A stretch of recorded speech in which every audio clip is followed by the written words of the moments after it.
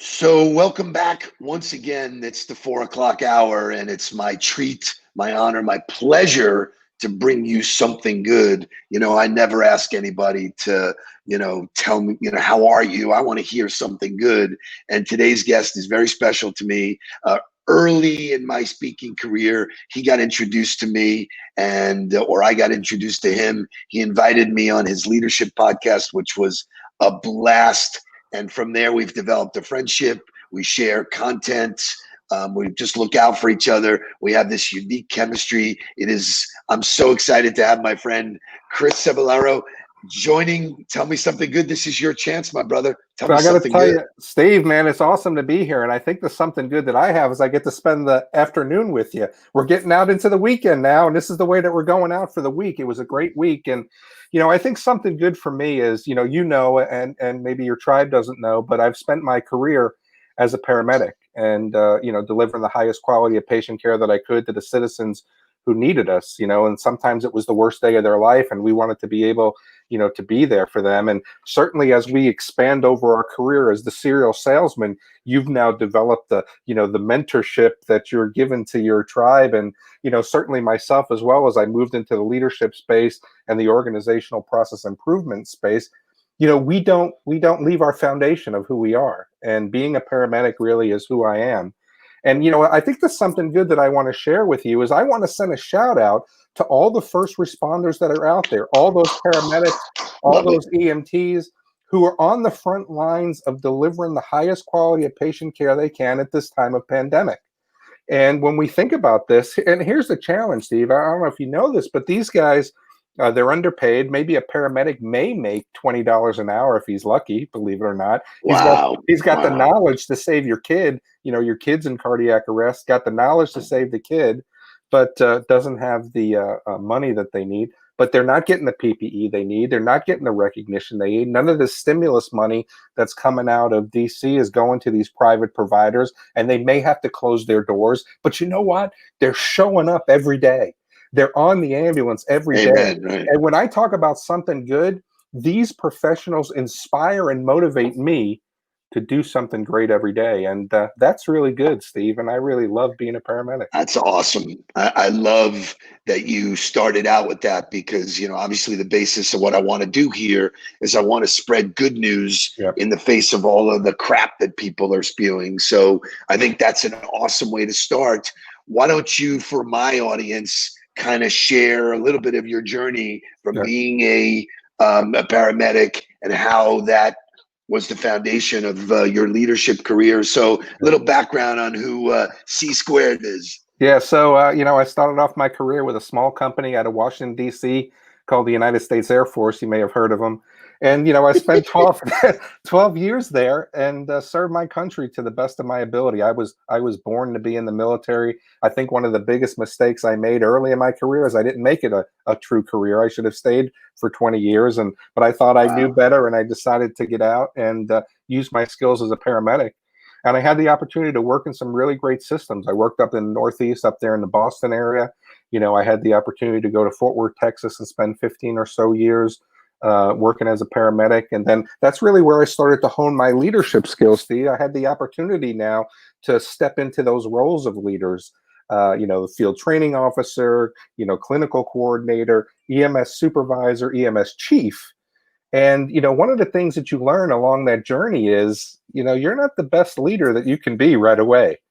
And I made a lot of, oh, no, I'm telling you, I know you're surprised, but, we had to learn from those mistakes and from those failures. We think we allow our ego to kind of help us be leaders. And you know what? That's not a good pair. And you learn that the hard way. Those are your lessons learned, man. And then, I had the opportunity to come up to St. Louis, Missouri, where I still live right now. And I was the chief of EMS at a hospital. And, now we've got this Minnesota thing going on with all the civil unrest. And actually, just for some history, back in 2014, when the Mike Brown incident happened in Ferguson, Missouri, that my ambulances were right in the middle of that civil unrest. So I certainly understand what's going on in Missouri firsthand, as the Ferguson event was the start of the Black Lives Matter movement. And, being right in the middle of that was very, very challenging. And when you talk about leadership, that really pushed my leadership knowledge and skill to its maximum of being able to figure out what I knew, was it going to work? And I tell you what happens today didn't, what we did today didn't work tomorrow, and we had to continually be fluid and dynamic. But I've had the opportunity, Steve, to do some great work at the national level in my career field. And that's where I got to learn how to speak. I was speaking about clinical issues. How do we deliver the highest quality of patient care? How do we assess a patient really well? And then little by little, my transition about 15 or so years ago, I now became recognized for my leadership acumen. You and I come from New York City. We have that that knowledge of what it was like to be. I was going to wear my Mets hat today, but I didn't think that it would go with the decor just for you. But then you start to learn the science. I mean, when you step into those leadership positions, we've got a lot to learn. And it's those mistakes, it's those failures, it's those lessons learned. And then little by little, the science of leadership truly becomes your guide of how to lead your workforce, how to develop relationships. And I've learned from you the developing of the relationship with the customer. And who is our customer? And it is everybody that we come in contact with, whether you're selling them something or not, they're a customer. That's absolutely they're a client. And that's one of the things that I've really kind of taken from you being a role model and mentor to me. Thank you. It's I'm glad you sort of got through that journey that way, because people would ask me often, like, wow, you seem like you're pretty good at this.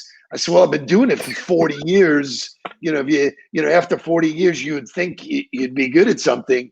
And one of the things I've been open to is learning at every level. Yeah. This recent pandemic has stretched the boundaries of everybody's leadership skills.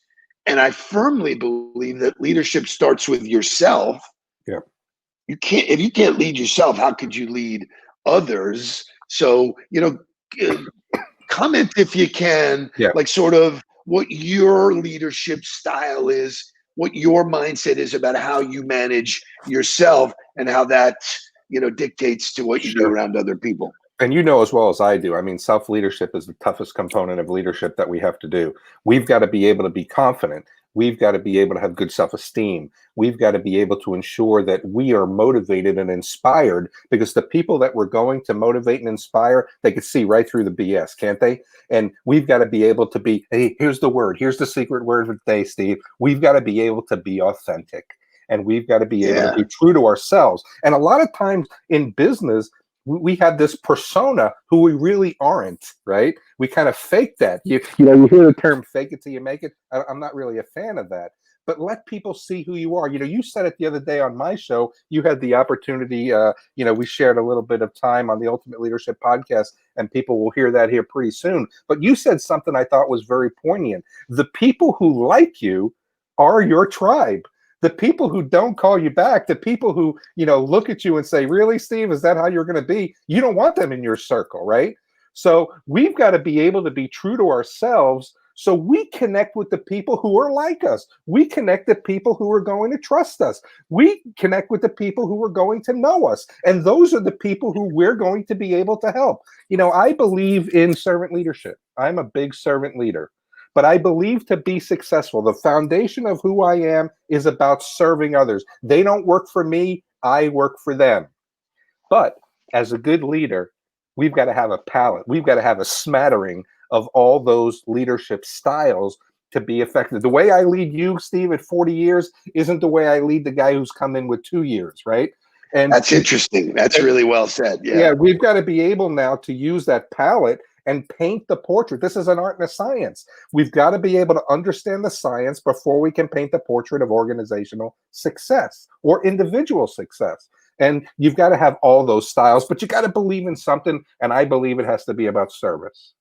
So I love that, and we're clearly aligned. I think the other places where we're aligned, which is where we started our relationship, it's got to be 5 or 6 years ago. Yeah. We started with something that's fairly basic that I don't think people give enough credit to, and that's chemistry. You're going to meet lots of people in your life.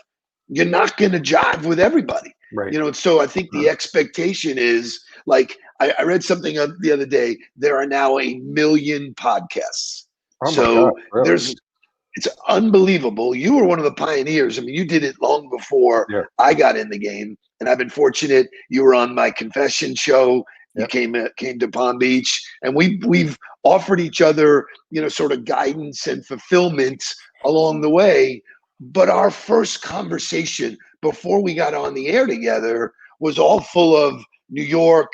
We talked about the Mets. We talked about things that both of us Yeah. had in common that created a bond that had nothing to do with any further opportunity. And so I think even in leadership, if you can't create that chemistry with people, I call it chemistry, some people call it trust, but when you talk about fake it till you make it, which is, when I was a kid, that's how I was brought up. Oh, just get in the game and do it, and you'll fake it until you. I actually like act as if. Act as if you're supposed to be there. What Right. would your mind and body, what would your behavior like if you were supposed to be there? Right. So I want you to talk about the clients and the people that you have, and Yeah. what is your fundamental glue that brings them to you, your secret sauce, if you will. Yeah, I think it's the rapport. I mean, you said it. I mean, we kind of talked about it. We spent 45 minutes talking about baseball and football. And yeah, I heard the accent. We went right from there. I mean, it's the commonality that you have of, when you live in New York, it's different than when you tell people you're from New York. And you understand the mentality, you understand the drive. It is a different place to live, right? And everybody's got to live in New York, at least for a little bit, but leave before you get too hard, right? That's how that song goes. And then live in California, but leave before you get too soft, right? But that's what we grew on. So now, as a relationship guy, Steve, and I've kind of taken this from you, as a relationship guy, it's not really what you can sell to somebody, but it's who you can be to somebody, right? So when I meet somebody, I've got people all over the world who will send me, messages and say, "Hey, Chris, I've got a guy in Kenya just sent me a thing yesterday saying, I've got this air conditioning refrigeration business and I don't know how to market it." I said, "You live in Africa. It's easy. It sells itself, But It's hot, right? I want one. Send it to me. Just hearing from you, I'm hot." But it's the developing of the relationship. Tell me about your business. I spent like an hour with this. I never even met this guy. I spent an hour with him on the text message, having him break down his organization for me. And then I finally said, let me kind of think about it over the weekend. I'll send you a 10-step plan on how to market your business. And remember, Love you've it. got to use it. You've got to be able to use it within your country. I'm only coming from my country. But what did that take me? It took me an hour's worth of time, which you can spare or you can't spare, whatever. But here was a guy who reached out to me. Who the heck am I that this guy reached out to me Look to at say, you. I love give it. me, give me your advice, And but I think that it's the connection, it's the rapport. How can I serve you? And I think that that's my secret sauce. That's my glue. Love it. So let's switch the conversation to you personally. Crazy couple of months. Certainly nobody could have anticipated anything. How has this affected you, and what have you done to keep mentally fit through all of this negativity that is sort of floating around us? I think it's the vision of where I want to be as a leadership consultant, where I want to be in my business. And the vision doesn't go away. There are peaks and valleys in your business, right? Steve, we know that from a sales standpoint more than anything, that sometimes you're doing great. Other times, you're in the valley trying to claw your way out and figuring out how to do that. So one of the things that I've done is every year I try to end my year in December. And then I try to take December to reflect on the previous year and to develop goals for 2020. So as 31st happens, I've got, 5 to 7 to 9 goals that I want to achieve before the end of 20, right? Now, because there has been this COVID, I still have those goals that I want to be able to attain. I'm creating a 12-week course on self-mastery. How do we become the best that we can? I'm writing another series of book, Ultimate Coaching. That has to get done before the end of the year. I want to do more live stuff like you're doing. Again, a role model thing from you that you've set the example for. So the way that I've kind of kept myself focused, and being a paramedic and being in the medical field, I've been through the bird flu, I've been through the swine flu, I've been through the SARS and the MARS and the Ebola. So when I look at this, this is just another, for me, it's another, just another notch in this pandemic, epidemic world, right? And but I've kept myself true to the vision, world domination, right? I've kept myself true to the vision, I love that. becoming an internationally recognized leadership specialist, which I am. I've stayed true to my goals, self-mastery course, book, so on and so on and so forth. And it's the vision that you don't take. I mean, we are individuals who are wired to think in pictures. And in the absence of that vision, we have no idea where we're going, and we certainly won't know when we get there. I love that. I mean, I've been doing this particular show where we're just tipping, past 50 episodes where I've had leaders and entrepreneurs and CEOs, tons of people that have, been in my life who have come on and shared. And interestingly enough, in all 50, I've yet to hear anybody talk about vision. They've all had it. They haven't chosen to focus on it. So I think that's a real nugget of everybody's success. For Yeah. me, it's always been about daily vision as well. Like Yeah. I want, Yeah. what do you want to attain today? Yeah. I visualize the night before what I want today to look like, because like I look at my calendar, I saw you were on it. That was something good to me. Wow, I get to spend time with Chris. That's good. If you focus on daily activities, Yeah. that creates monthly activities, that creates, Yeah. so it's momentum. I mean, it's called momentum, right? yeah, isn't that great? Isn't that there's a Nike video that I really love that talks about momentum, and momentum is a cruel mistress, man. It is, Momentum goes both ways, and I think that's where people are stuck, is that if something bad happened to them, and I am not downplaying, the hospitality and tourism businesses really got slammed. So when you go down, only you can create that momentum shift. And I love that. I mean, that's a whole conversation when you look at guys like Tom Brady, right? Who, when he was, losing to Kansas City with 2 minutes left, there wasn't anybody in the building that didn't think he would score a touchdown, because he mindfully thinks that and Right. wills it. So it's pretty awesome. Right. So in the closing seconds, it's always great to spend time with you. Where do people get in touch with you? What's a final thought? And are we gonna play baseball? That's right. There you go. So go ahead and you can find me on the social sites: Facebook, Cebollero Associates. I'm on Instagram, Chris Cebollero. And check out the Ultimate Leadership Podcast. I think you'll enjoy that. But as a final thought, I do think we're going to play baseball. I do think we're going to play football. And I do think, like every year, we are going to win the World Series. We are going to win the Super Bowl. So I'm making that prediction now. You heard it from me first, Steve. But as a final thought, in this time of pandemic, there's frustration, there's anger, there's uncertainty, there's confusion. Be true to yourself. This isn't going to last forever. And right now, the people who are going to be successful are the people who are now climbing that mountain. And once they get to the top, we're sliding down into that success. Be true to yourself, be true to your vision, and make sure that you put yourself on the top of that plane to allow this success to get you when this is over. You're a treat to hang out with. And when we're done with all of this BS, we'll get together soon. I'm coming to Florida, man. Met game.